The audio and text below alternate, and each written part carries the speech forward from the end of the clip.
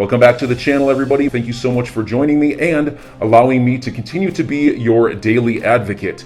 If you're new here or you're not subscribed for any reason, please do me a huge favor and hit the subscribe button. Thank you to all of you who have been watching and following me for so long. It truly means a lot, and I'm glad that I can be this person. I want to briefly, and just a little bit, talk about XRP. This article says XBC's huge accumulation. I want to talk about what exactly is going on there, as the XRP price was doing pretty well yesterday.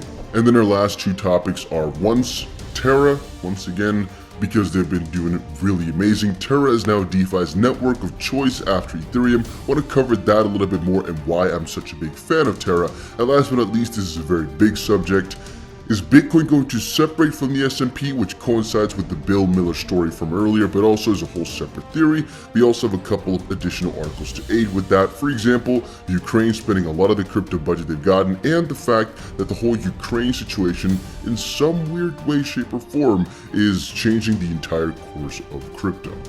Alright, so let me tackle a couple of these articles at once. Here's an article on why this billionaire, again Bill Miller, is bullish on crypto in times of trouble.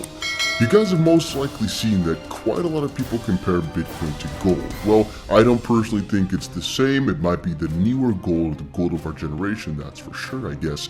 However, I don't think they're completely the same. And that mostly relies on the fact that gold is this asset which is so old and, in that sense, pretty stable for almost any scenario we can think of. However, it is becoming increasingly more difficult to use it in these modern times, and in reality, people are only doing the whole let's buy gold thing because it's kind of engraved in their brains. The intrinsic value that people see in gold really is not as beautiful as I think it once was in terms of how useful it is or how much people should be hoarding it. And I honestly think that this just goes with the generations, basically. So before it was gold, and again, the actual value of gold is just, it's a shiny piece of metal. People think, wow, shiny, nice, I want to have that. There's a limited amount of it and it has some uses. However, I think that that's the older generation because that was something they could hoard and kind of really think to want to have the possessions.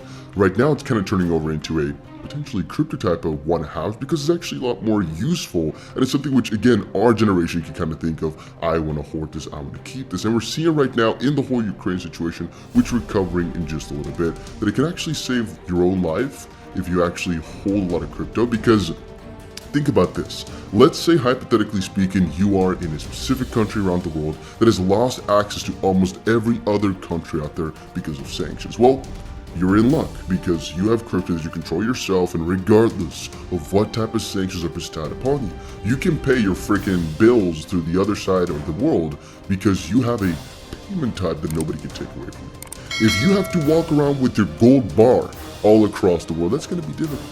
And so in the scenario, I would say to really keep stable, I honestly think gold might take the cake for a good while as the older generation kind of quote unquote fades away. And then again, our newer generation will most likely appreciate a lot more for the benefits. However, this article actually had a different approach, and he basically says that right now, a lot of token creators are trying to kind of lure you in with all these big brand partnerships and whatnot, and there's something important to be said about that. I honestly think there's only a handful of crypto that should be quote-unquote hoarded. Again, this is not financial advice, just my own opinion. But the majority of crypto in this realm right now are purely meant as money grabs for the people who found it. A lot of them will not go through any of the plans that they have. A lot of them will not really build in the way which we hope them to or expect them to. I've told you the exact same thing about NFTs and about a lot of metaverse projects which are trying to build a game over the next couple of years. As I've said before, I have worked on a lot of games. I have been promoting / I guess helping to create games for years now. I know a lot about it.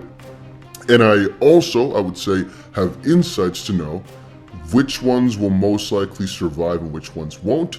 In a couple of my panel discussions, if you guys haven't seen that, I'll post it somewhere one of these times. I basically sat down and talked with a lot of crypto influencers or people. And what we always come down to is this whole metaverse realm.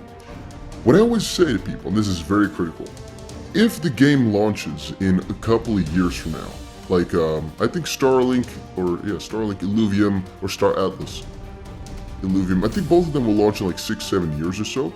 If that's the case, I don't think it's worth speculating on the actual game part. We can speculate on the token price, not the actual game itself. Because right now, 2022, if we're going to speculate for 2030, we don't know if all these cryptos will be, like let's say the market will be $2 trillion or $45 trillion.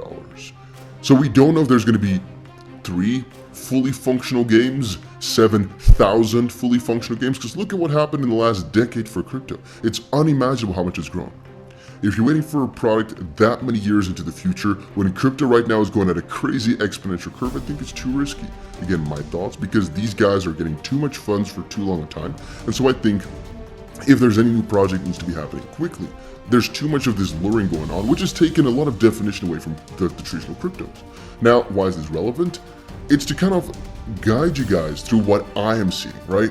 I talk to a lot of crypto founders. I know so many of them personally. I've met you wouldn't imagine how many I've met throughout these last couple of years. So I can also kind of understand who's BSing me and who's really making a coin that's going to last. If I cover it on the channel, I've talked with a founder most likely, or at least I really, really like it and I'm holding a lot of it. It's not because I'm trying to promote my own bags. As you guys know, I don't do that on the channel.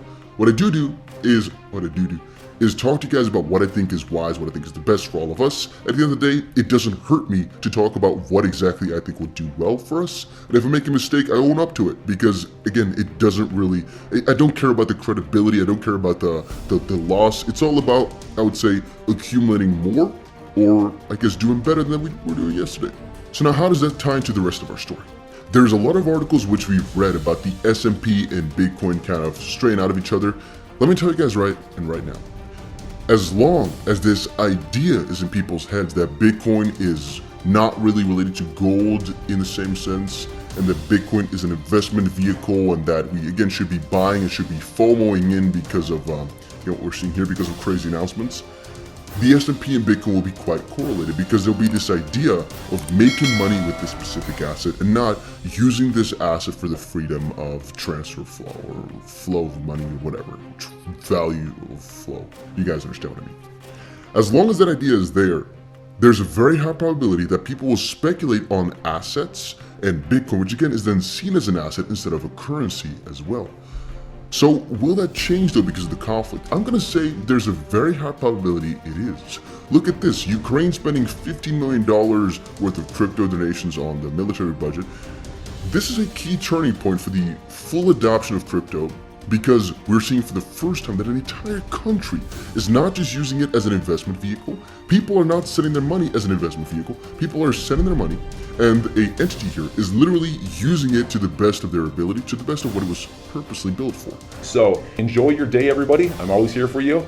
Leave any comments or questions below, and be sure to subscribe. But thanks, everybody. I really appreciate you. Enjoy your day, and I always have your back. So thanks so much, everybody.